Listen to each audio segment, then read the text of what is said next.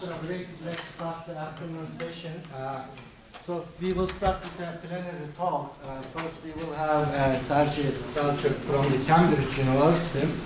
So let me give a brief introduction about him. He received his PhD 2013 from Trinity College, University of Cambridge. Then from 2013 on, he is a John and Delia Agar Research Fellow at the University of Cambridge. 2017, Liverpool Early Career Fellow, again at the same university. Then 2020, he will be Royal Society University Research Fellow at the University of Cambridge. So today we will hear about the permutational quantum computing from Sergii. Thank you very much for the introduction and for a wonderful welcome here in Turkey. Yes, I'm based in Cambridge, as you see, and I will be there for a number of years, hopefully. And today I will tell you something that theorists worry about. You know, as they say, every experimental type of conference has to have at least one theory talk for sort of biodiversity, and I think this is my talk. And we'll talk about a special model of computation called permutational quantum computing. Before I start describing what it is, let me just make a brief interruption and tell you something about the recent work and why is it relevant. So, as you might have heard, Google announced their Sycamore chip. It's a 53-qubit chip that they claim can can demonstrate quantum supremacy, and namely, can beat any classical computer that's out there. And this is an example of such a chip. And this is an artist's impression, which is not very far from the real device that they have there. Obviously, there are far more wires than that in the real device. So you might have heard about Google, about IBM, but I would like to mention that there's a whole lot of companies and universities working on various approaches to building a quantum computer. Here, it's a very biased, very small sample of companies and research institutes that work on an overwhelming variety of types of qubits and different types of quantum computing. So there are lots of hardware companies, but speaking of software companies, I don't even want to list them here because there are just a lot of them. Often people say that software this is where people are going to make money on quantum computing, but trouble is, without this, all this is going to be at most constrained to a bunch of consulting work. So this is not something that will be immediately profitable. So there's a whole lot of activity in this area. And as you know, there's a very long road to universal quantum computing. Even though Google says they can improve their chip design to make 57 or even more qubits, this is still a very, very long road to building one logical qubit here. And this motivates a quest for so-called restricted computational models that capture this sort of limited power of devices that are soon to hit the market, hopefully in the next 5, 10, 15 years, and whose model, these are the models whose computational power is somewhere between being classically efficiently simulatable and fully universal quantum. We know that this is difficult, so we're trying to break this barrier. We want to be somewhere in between. We just want to be just above classically efficiently simulatable, and hopefully do something useful with these devices. Right now, Google's supremacy proposal, solves a particular sampling task, which is, let me put it, is far from being very useful. But that's a start. We've got to start somewhere. Hopefully, these models that we'll be thinking about will be experimentalist friendly, but it's okay if they're not at this point. So let me give you a brief outline what I'm going to tell you today. Today I will introduce you something that you might recognize from your university physics course, so-called the Schur Transform. Then we'll talk about the applications of this wonderful unitary transform implementation, and then I will introduce the model, so-called permutational quantum computing, and study its properties. So what is a Schur transform? Well, Schur transforms aims to answer a very basic question, is how do we represent different systems in a single unified reference frame. So think of an orthonormal basis of a qubit actually. And there are many ways of describing it. We are very much used to the computational basis, but for the purposes of this talk, we will use the more physicsy basis with JM numbers, where J goes from 0, half, 1, 3 over 2, and so on, and M goes from minus J to J here. This is a set of orthogonal vectors, and if you are uncomfortable in this picture, mental picture, so to speak, you can always think about these vectors in the computational basis. This is spin down, spin up, this is total spin.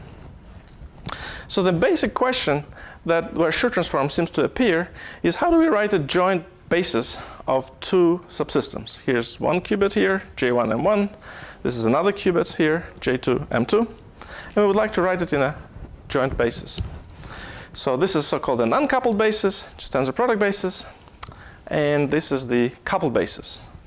So we would like to treat these two systems in a unified way. So we would like to have a set of vectors that we will abbreviate J1, J2, J and M, where J runs from their sum to the absolute value of the difference, and M goes from minus J to J. And to transform, the transformation that takes us from here to here is called the Clebsch-Gordan transform. You might remember Clebsch-Gordan coefficients, and the transform that allows us to get from these states to here is given by this set of coefficients. Putting them in the unitary, you get a special so-called unitary transform called the Clebsch-Gordan unitary. So these are simple 2-qubit unitaries that work nicely and efficiently, and I'm sure many of you have done this exercise, but maybe on a different guise. So this is how we introduced the Clebsch-Gordan transform. So what does it have to do with the Schur transform? Well, Schur transform is nothing else but a cascading sequence of Clebsch-Gordans. So imagine you want to couple not just two, but n of the systems. So what you do, you perform Clebsch-Gordans. This is an ancilla, which we can discard now. For now, we can perform a sequence of Clebsch-Gordan transforms, one after the other, and then we were able to derive, we were able to construct a basis that is fully, where all the systems are given with a single, contained in a single reference frame, or are described by the single reference frame. For those more mathematical of you, there is a very efficient and very nice representation theoretic way of thinking about this type of transformation between qubits. It is a transformation that partitions your Hilbert space of n qubit systems into direct sum of tensor products of two parts, and therefore we have this set of states here that can be obtained through from original qubits with 0 and 0, 1 basis, let's say, applying this big matrix here. So I will not. This is the most mathematical slide that there will be in this talk. So if you don't like it, you can happily ignore it. So this is our Schur transform. So Schur transform is a cascaded number of cascaded Clebsch-Gordans. So where do we see this beyond just the ordinary task of coupling bases? Is this even relevant? Why do we care about Schur transform so much? Well, let me give you one curious application of this. So imagine you have two parties, Alice and Bob, and they would like to communicate perfectly, and Alice would like to transmit a classical bit, a single classical bit, to Bob via qubit channel. Can she do this by sending a single qubit to Bob? The extra difficulty here is that their reference frames are not aligned perfectly. So what Bob treats as 0 and 1, Alice treats as 1 and 0, but in a rotated way. So there's no way to communicate any information perfectly using a single qubit interaction between Alice and Bob. However, one can do it when you are able to send two qubits. The strategy is actually pretty straightforward. If Alice wants to communicate 0, she sends the singlet state, so a state that lives in the antisymmetric subspace. If Alice wants to communicate 1, then she sends any state in the symmetric subspace. You can think of Alice sending one of the remaining 3 Bell pairs to Bob. What Bob does, Bob measures 2 projectors, projector on the symmetric space and projector on the antisymmetric space. And then when he gets this one, he concludes the message was 0. When he gets 1, he concludes that the message is 1. If you were to send multiple messages, then what Alice would do, Alice would apply the Schur transform in a sequential way, much like in this picture here, draw qubits, oops. And then, well, of course, parties must agree on the ordering of the coupling first, which qubit is first, second, and third, but that's more of a technicality. And then Bob measures similar kind of projectors, except now these projectors are going to be slightly more complicated. They'll project on so-called irreducible representations of Sn, of symmetric group on n qubits. So this is where the Schur transform features. This is one kind of toy problem. And it turns out this means that we can communicate classically and quantumly as a result of these guys in the absence of shared reference frame. So it's okay if your measurement devices are rotated arbitrarily. There's a way of reliably communicating, assuming, of course, there are no errors here in the channel. But recent papers started to deal with that as well.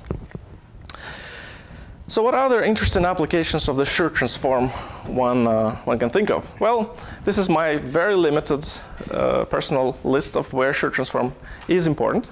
So in 2002, Matsumoto and Hayashi used Schur transform to devise new protocols for distortion-free entanglement concentration.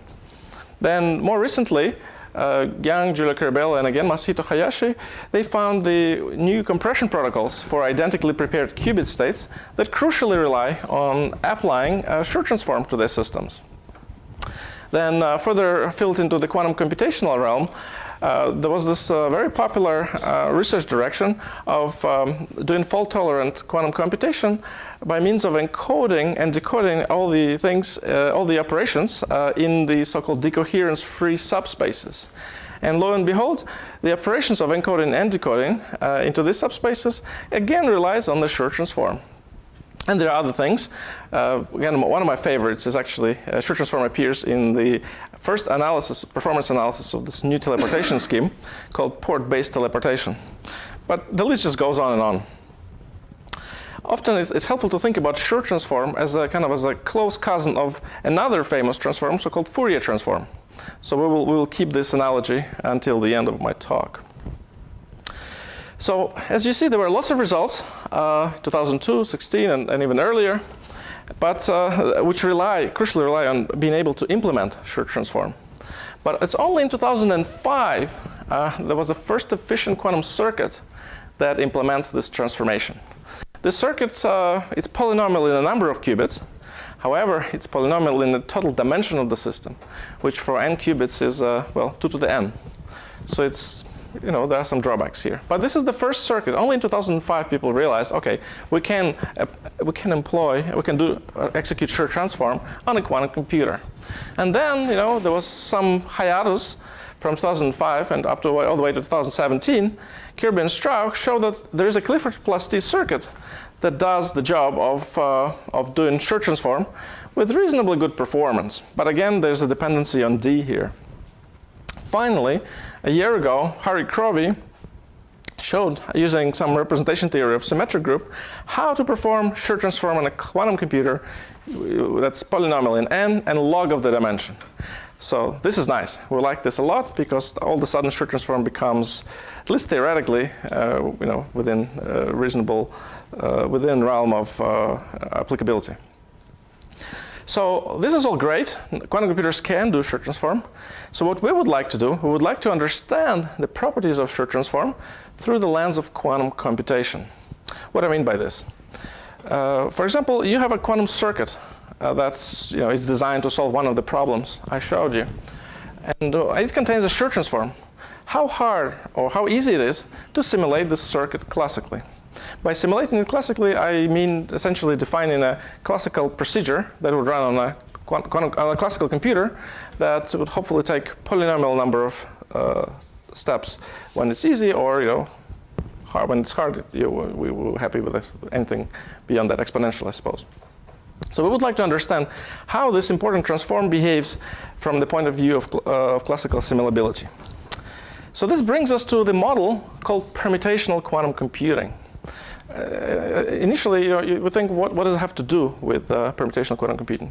This is a very curious model that originates all the way from spin framework of Roger Penrose in '71.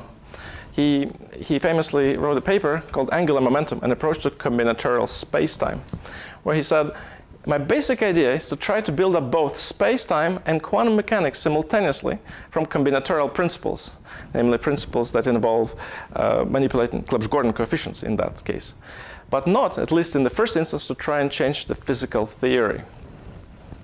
So this was a kind of foundational, this opened a new area of thinking about space-time, but more recently people thought, well, what if we turn this around and use it as a computational scheme? So in the present form, this permutational quantum computing, that I'll describe later on, was introduced by Marzolli and Rossetti, and then extended by Stephen Jordan in 2009. And it is the Jordan's version of permutational quantum computing that I will discuss today. So it can be regarded as a topological QC light, topological quantum computation light. What I mean by this? Well, executing topological quantum computing is a beautiful theory, but it requires exotic particles and rather non-trivial operations between its particles. So one can think, what can we remove from topological quantum computing in order to well, make it a bit more user-friendly on recent devices or current hardware? Well, compared to topological quantum computing, permutational quantum computing does not keep track of the trajectories, of the topology of particle trajectories. And instead, it computes by permuting the particles. So what does that mean? In TQC, when you perform two swaps, you gain a phase. Where here you perform two permutations between two particles, and then you just get identity. Two identical permutations. So TQC, it requires anyons, which obviously are about to be discovered, just, for the next couple of years, hopefully. However, PQC, permutational quantum computing, can be performed with ordinary spin-half particles using a variant of the spin network scheme by Marzolli and Rossetti. And this is a restricted model that conceptually is considerably simpler than topological quantum computing. But nevertheless, permutational quantum computing was conjectured to capture very non-trivial aspects of quantum computation.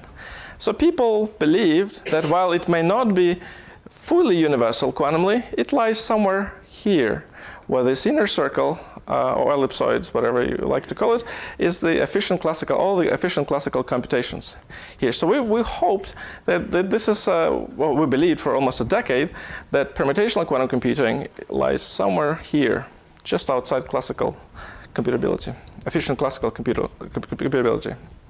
And as such, this was a very attractive model to think about quantum supremacy or quantum advantage. And we were one of many people who started trying to think about, can we devise a task that will be hard for classical computer, but nevertheless easy for this PQC model?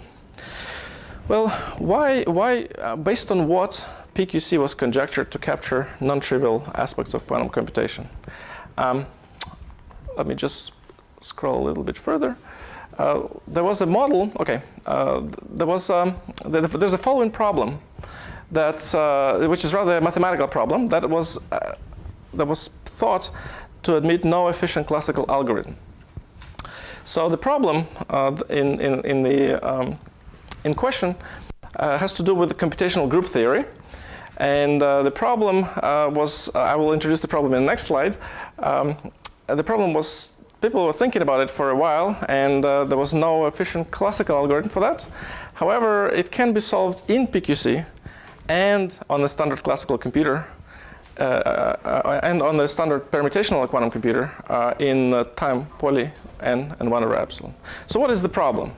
Again, don't worry if you don't understand this problem, but I just wanted to introduce it for those who are more mathematically inclined. So the problem is the following.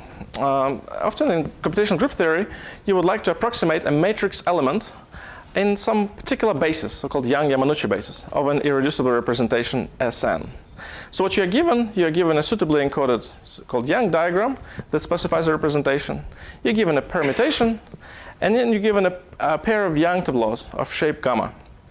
And also you're given precision.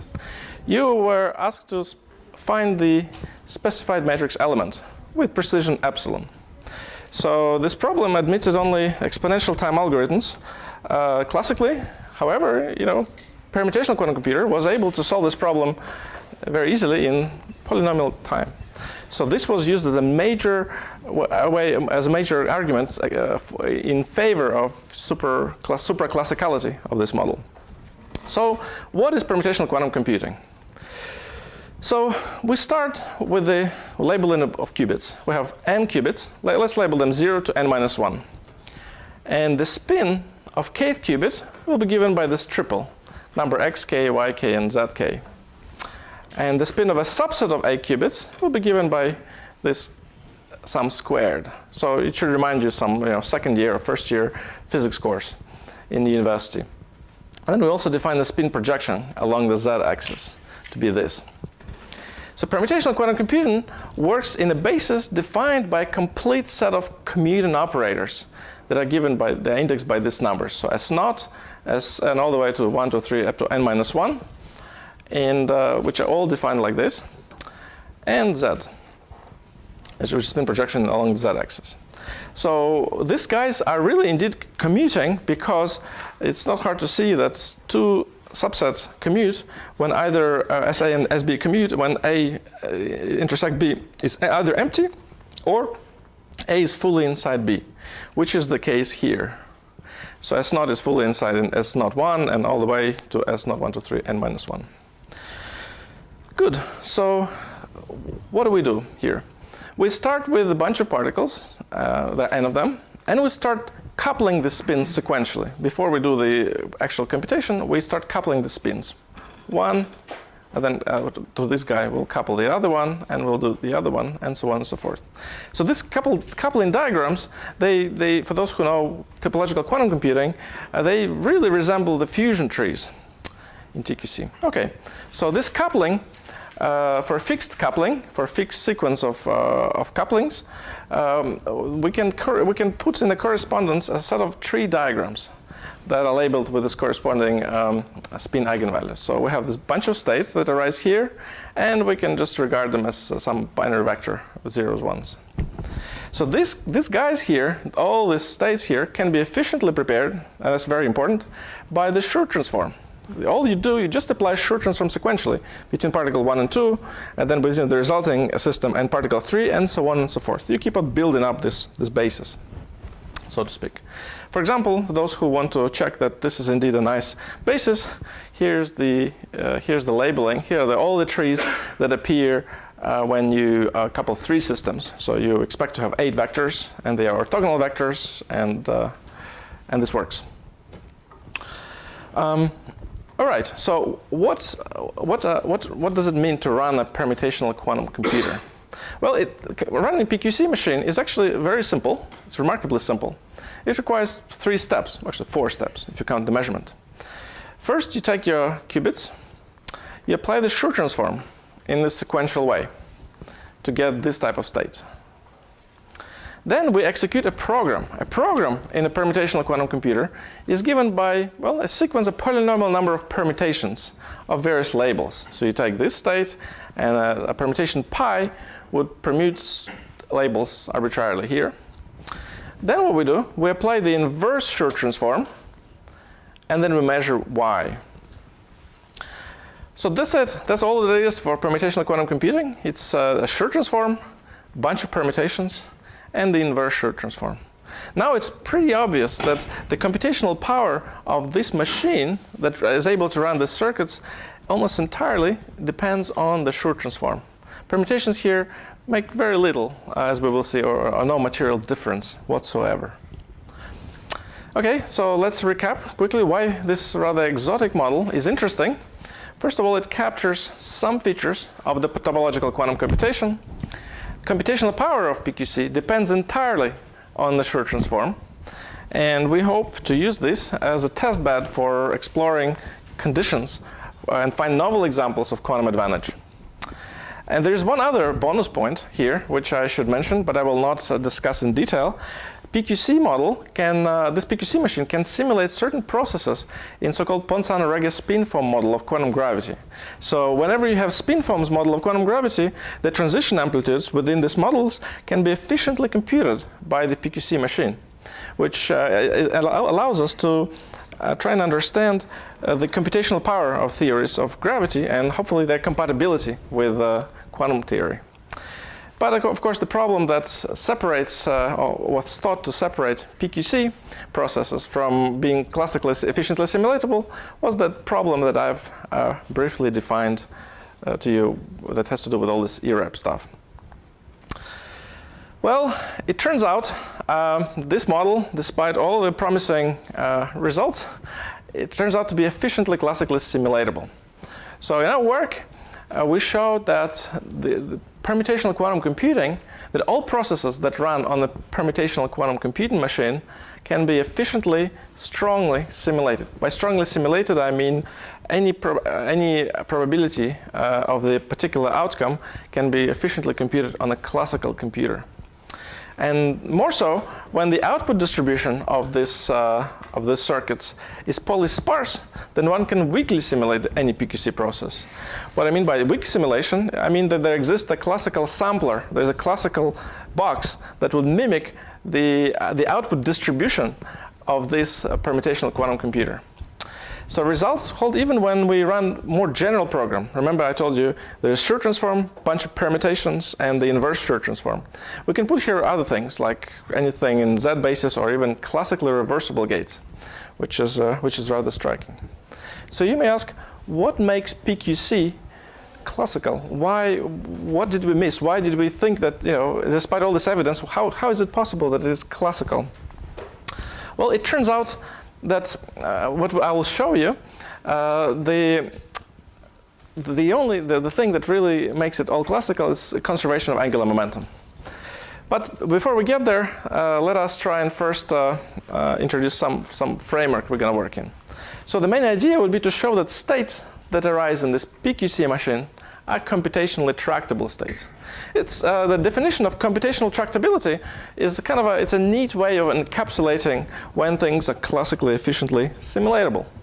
So we say a qubit state n and qubit state psi is computationally tractable when two things hold. One, for any bit string, the inner products can be computed in poly n time on a classical computer. So we want to compute overlaps between this state and any basis state in poly time. And second, there is a polytime classical sampler that samples from this output distribution, where again, this is a bunch of overlaps between computational basis strings. So this is a general definition of when state is classical, quote unquote. So what we will do, we will show in two simple steps why states that arise in the PQC machine are computationally tractable. And as I mentioned, turns out that what's going to help us is the conservation of angular momentum. We all remember this formula between that relates Clebsch-Gordans. And it turns out that because of the conservation of angular momentum, the stuff that occurs within the PQC machine doesn't have a lot of interference. This conservation of angular momentum limits the number of coefficients that arise in the functioning of our PQC machine. So in the computational basis, one can write, in general, when we couple things, we have a bunch of Clebsch-Gordans times the states here.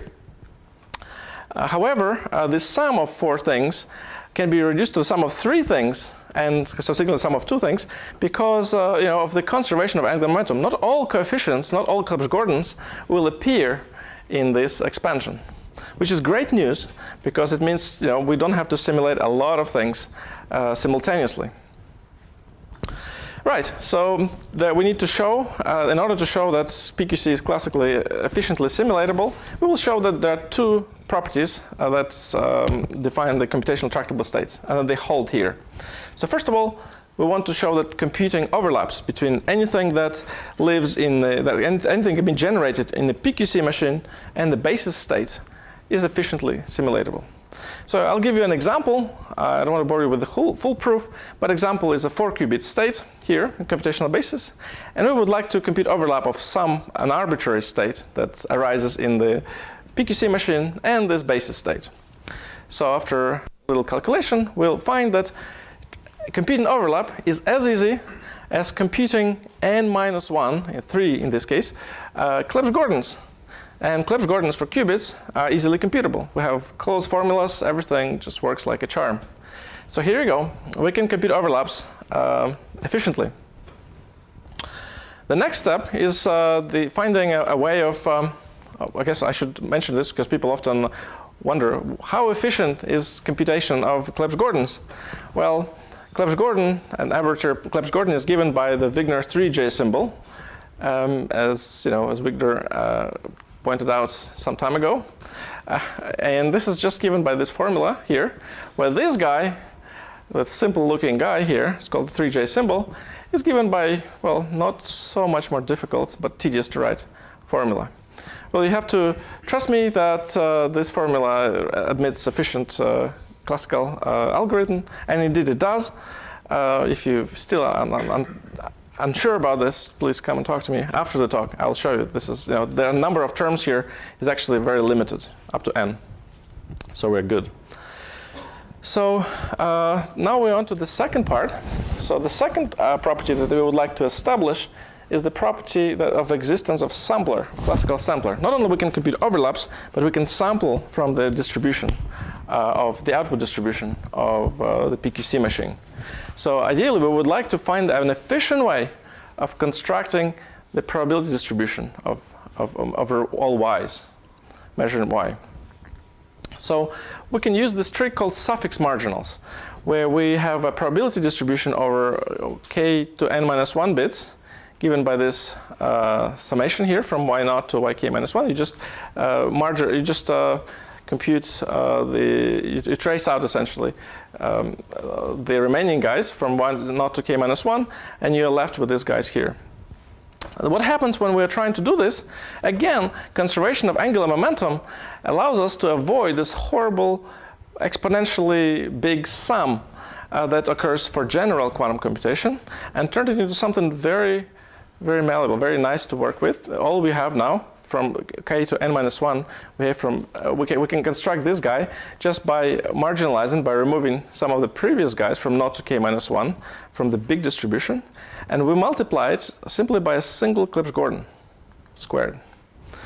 That's it. Therefore, to compute the marginal here, all we need to compute, again, n-1 Clebsch-Gordan coefficients, using this trick of suffix marginals. First we compute this guy, then we compute this guy conditioned on the previous guy, and so on. We build up this distribution by getting from here to here, by multiplying the distribution by a single Clebsch-Gordan coefficient.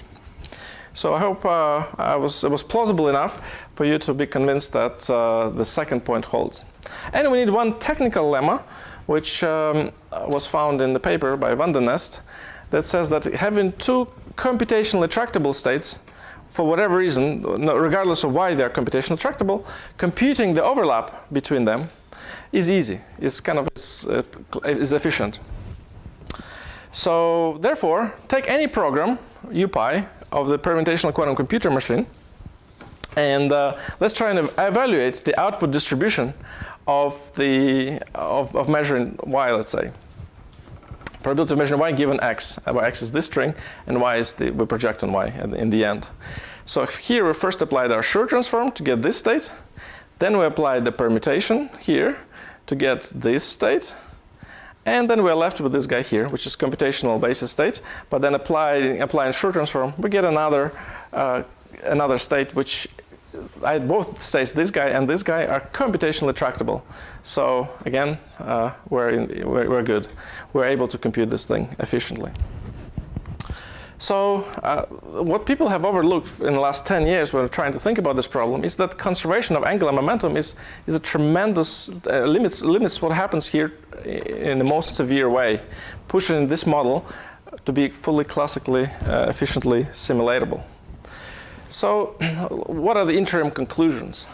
Well, we found that all states that are produced by this machine are computationally tractable, and state overlaps can also be computed efficiently with exponential precision.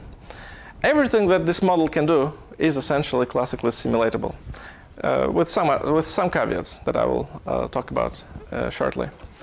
And this type of circuits here, we'll call them quantum Schur sampling circuits, in the analogy to their cousins, quantum Fourier sampling circuits. Why I would like to frame the problem this way? Well, first of all, in 2013, two researchers asked the following question. When can we sample classically from this circuit? For those who know something about quantum algorithms, this circuit should ring a bell, because this circuit is exactly how quantum Schur's algorithm is being defined. We have a Fourier transform. We have a bunch of classical reversible circuits, a bunch of Toffoli, C-naughts, and then we have inverse Fourier transform, and then we measure.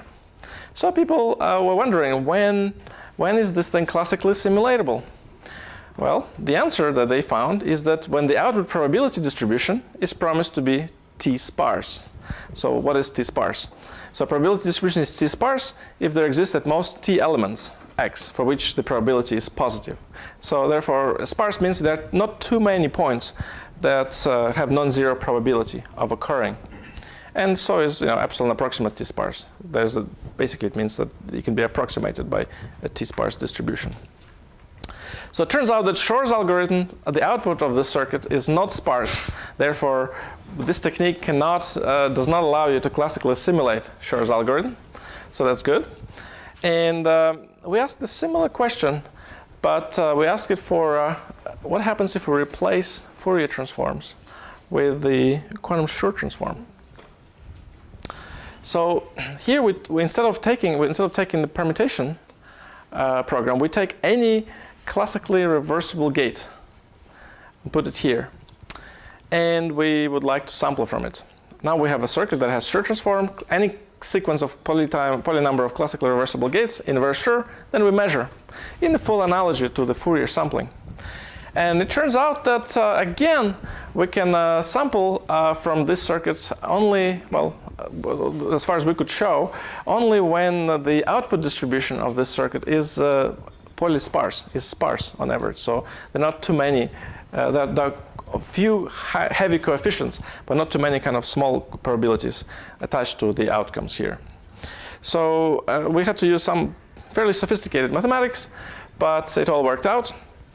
I will not bore you with this, but there is a very powerful technique by estimating heavy Schur coefficients, or Fourier coefficients in this case, which we had to reinvent for our problem, and it worked. So basically, one question was left that still bothers me a great deal, is that, well, we have this extra assumption that stuff that comes out of these circuits is sparse. And our numerical simulations show that it's not clear whether we actually have to have this assumption. Perhaps everything that Schur transform does, plus these guys here, is going to be sparse. So we don't know this, actually. We don't know whether sparsity assumption in the case of this circuit is necessary.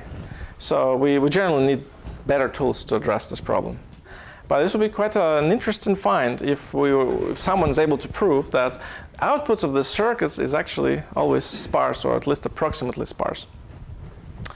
So this brings me to another question. We know that a lot of algorithms, and Schur's algorithm in particular, can be represented in this form: quantum Fourier transform, bunch of reversible circuits, inverse quantum Fourier transform, followed by the measurements.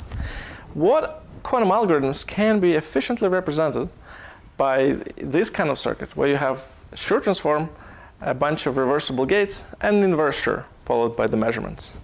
So it turns out that quantum algorithms using the Schur basis beyond permutational quantum computing are relatively unexplored. The only work I know in this direction is by Andrew Childs, Aram Haro, and Paul Wotchen from 2005, where they tried to solve the graph isomorphism problem using techniques so-called Fourier Schur sampling for non-abelian hidden subgroup problem. But it didn't quite work there. So there's a lot of interesting, there's a lot of space for creative thinking in this realm. Great. So this is, I'm coming up to the end of my talk. And for those of you who'd like to think more about this problem, there are a lot of exciting questions, actually, that arose in the connection of permutational quantum computing. First of all, this sequential coupling scheme is really critical for our ability to classically simulate it. What happens if we start doing it in a way that's non-sequential? We clearly seem to lose the classical simulability. Is there anything interesting happening inside? Can we actually get interesting states? The state space becomes different, but we don't know what it is and how to characterize it. So that's something you might want to look into. So what other programs can we execute on the PQC machine while retaining classical simulability? What else can we do, essentially? What other quantum-like things we can do that are fully efficiently classically simulatable? And as we publish this work, I'm having a visiting position at the University of Bristol, and Peter Turner came up to me with his student, Alexander Mallet. They were able to formalize Boson sampling experiments as an instance of an inverted PQC model, where you have, instead of having a Schur transform, they have the daggerized Schur transform. So inverted Schur transform, then some stuff in between, and then Schur transform, and then you measure. So it turns out there is a very interesting connection to Boson sampling, and in particular, one can try and outline which Boson sampling experiments are not going to give you anything useful, because our techniques will be able to simulate the output distribution of Boson sampling experiments. And when we can, and this allows us also not only to find negative answers, but also hopefully find ways of designing our Boson sampling experiments that avoid being classically simulatable, at least in our way. And I think as a bonus thing, we were able to show that not only PQC is classically simulatable, but we found a good algorithm to solve that computational group theory problem in classically efficiently, which is nice. But of course, we would have liked PQC to be classically non-simulatable, but still, at least we know where we stand with PQC. So now the question is, what do we have to add to this model? What ingredients we have to add to this model to make it more powerful? Hopefully, turn it into the universal quantum computing model.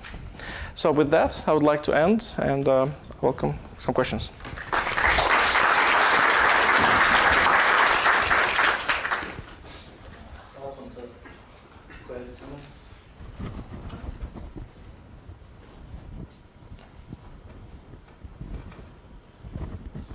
Practice, how difficult is it to permute to very long sites in this circuit? Well, it turns out that any permutation between two qubits, you can think of it as a bunch of transpositions.